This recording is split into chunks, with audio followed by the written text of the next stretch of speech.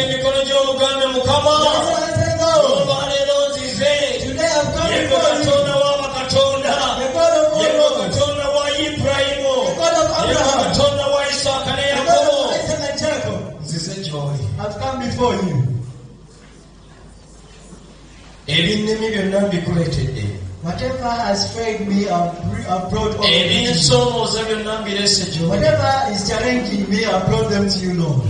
Olw'okukkiriza. Because of faith.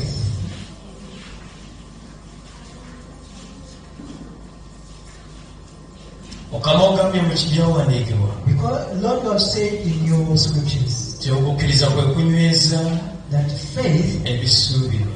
strengthens those that have been nothing faith. Kwe kunyweza ebitalabika. It is strengthening those that have been invisible. Mukama tujja gy'oli Lord, we come before you n'okukkiriza. with faith. Tujja gy'oli We come before you n'okukkiriza. with faith Okulaba ku bitalabika. to see the unseen ones, Okulaba ku bisuubirwa. to see what I've been hoping for today, Okulaba ku kuwonyezebwa. to see healing, Okulaba ku kusumululwa. to see healing, Mu bulamu bwaffe, healing our lives, mu birooto byaffe, in our dreams, mu mirimu gyaffe, in our business, mu baana baffe, in our children, mu famire zaffe. in our families.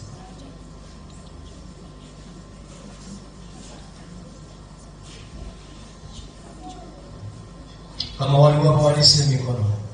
Those who have raised their hands. Muffe mulimu abalwadde Mukama. Our ministers, they are sick people. Muffe mulimu abazitoowereddwa. Our ministers, they are those who are heavily laden. Muffe mulimu Mukama Our ministers, Lord, abalekeddwawo. those who have been forsaken. Naye ye gwe kiddukiro kyaffe Mukama. But you are our refuge, Lord. Ye gwe atabulawo mu kulaba ennaku. You are ever there. Gwateesa obulungi Mukama. Who make good plans for us, Lord. I pray in the name of Jesus Tusaba mu linnya lya Yesu. that may you meet every one of us here. Otusisinkane bisekiro omwali wange. In the name of Mu Jesus, linnya lya Yesu. I pray, Father, Nsaba Mukama. that may you meet our desires. Mukama sisinkana ebyetaago byaffe. May you meet our demands. Sisinkana Mukama obweyanirwa kwaffe. May you heal our diseases, Lord. Mwenye endwadde zaffe, Lord.